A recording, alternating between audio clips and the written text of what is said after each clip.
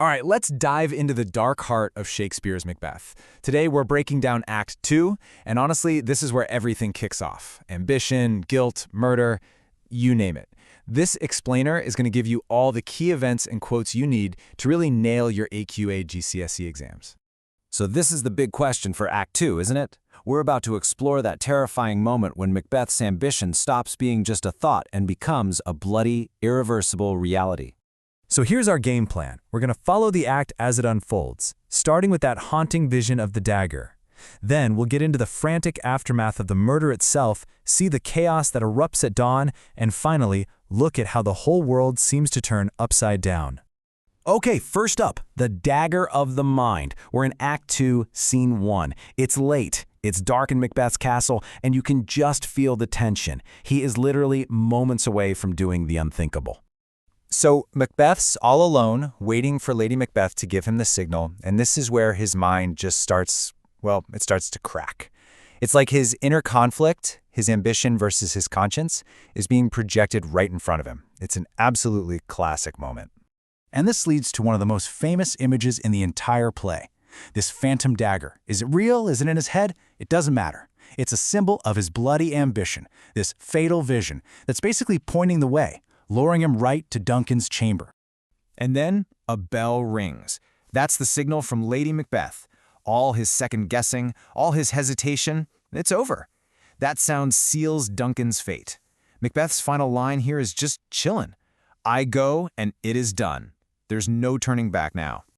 So, the deed is done. The next scene, Scene 2, throws us right into the messy, panicked, and guilt-ridden aftermath. The murder is over, but the horror is just beginning. Macbeth stumbles back in, and you can see the psychological damage immediately. He is completely horrified by what he's done, and he's made a critical mistake. He's brought the bloody daggers with him. He's already unraveling, hearing voices, and it's a terrifying sign of the mental torture to come. This line is so important. By killing a sleeping, defenseless king, he's basically destroyed the very idea of peace and innocence. He has murdered sleep itself, which means he will sleep no more. He's doomed to be tormented by this guilt forever. And you've got to see the contrast between them here. It's night and day. Macbeth is looking at his hands and thinking, not even all the water in the ocean could wash this guilt away. But Lady Macbeth? She's just like, what are you talking about? A little water will wash it right off. She's cold, she's practical, and she has no time for his guilt. While all this is going on, a mysterious knocking starts from off stage, which just ramps up the tension. Lady Macbeth has had enough. She calls him weak, infirm of purpose, grabs the daggers herself, and goes back to plant them on the guards, smearing them with blood to finish the job. She's completely in control. Okay, so dawn is breaking, that knocking keeps getting louder, the castle is starting to wake up, and you just know the discovery of this terrible crime is about to happen. But before the chaos really erupts, Shakespeare gives us this weirdly funny bit with the drunken porter. He's stumbling to the gate, pretending he's the gatekeeper of hell. The irony is just incredible, because we, the audience, know that the castle has literally become a hell overnight. It's a fantastic moment of dramatic irony. And then it happens. Macduff finds King Duncan's body. His cry isn't just sad. It's pure, speechless shock. It's the sound that shatters the morning and throws the entire castle into absolute panic. This moment really sets Macduff up as a major opponent to Macbeth. So what does Macbeth do? In a very calculated, very clever move, he announces that he just killed the guards in a fit of furious rage. It looks like an act of loyalty to the dead king, right?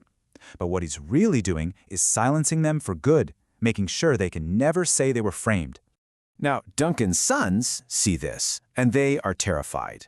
They rightly think, whoever did this is still here and we're probably next, so they run. But tragically, their escape plays right into Macbeth's hands. It makes them look guilty and diverts all suspicion away from him.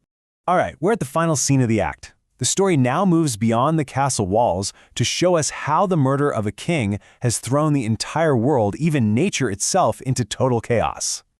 Shakespeare shows us this through all these bizarre, unnatural events. It's dark in the middle of the day. A tiny owl kills a mighty falcon. Duncan's prized horses go wild and eat each other. For an Elizabethan audience, this was a clear sign. Killing the king, God's deputy on earth, has broken the natural order of the universe. So, with Duncan's sons gone, and now conveniently taking the blame for the murder, the path forward for Macbeth is suddenly very, very clear. And there it is. In the space of one incredibly bloody night, Macbeth gets everything he wanted. The witch's prophecy has come true. He is the new king of Scotland. But you have to ask, at what cost? And that's where Act 2 leaves us. Macbeth has the crown, sure, but with his mind already haunted by guilt, his wife pulling the strings, and all these dark forces now unleashed, his reign is on incredibly shaky ground. The question isn't if he's going to fall, it's just a matter of when.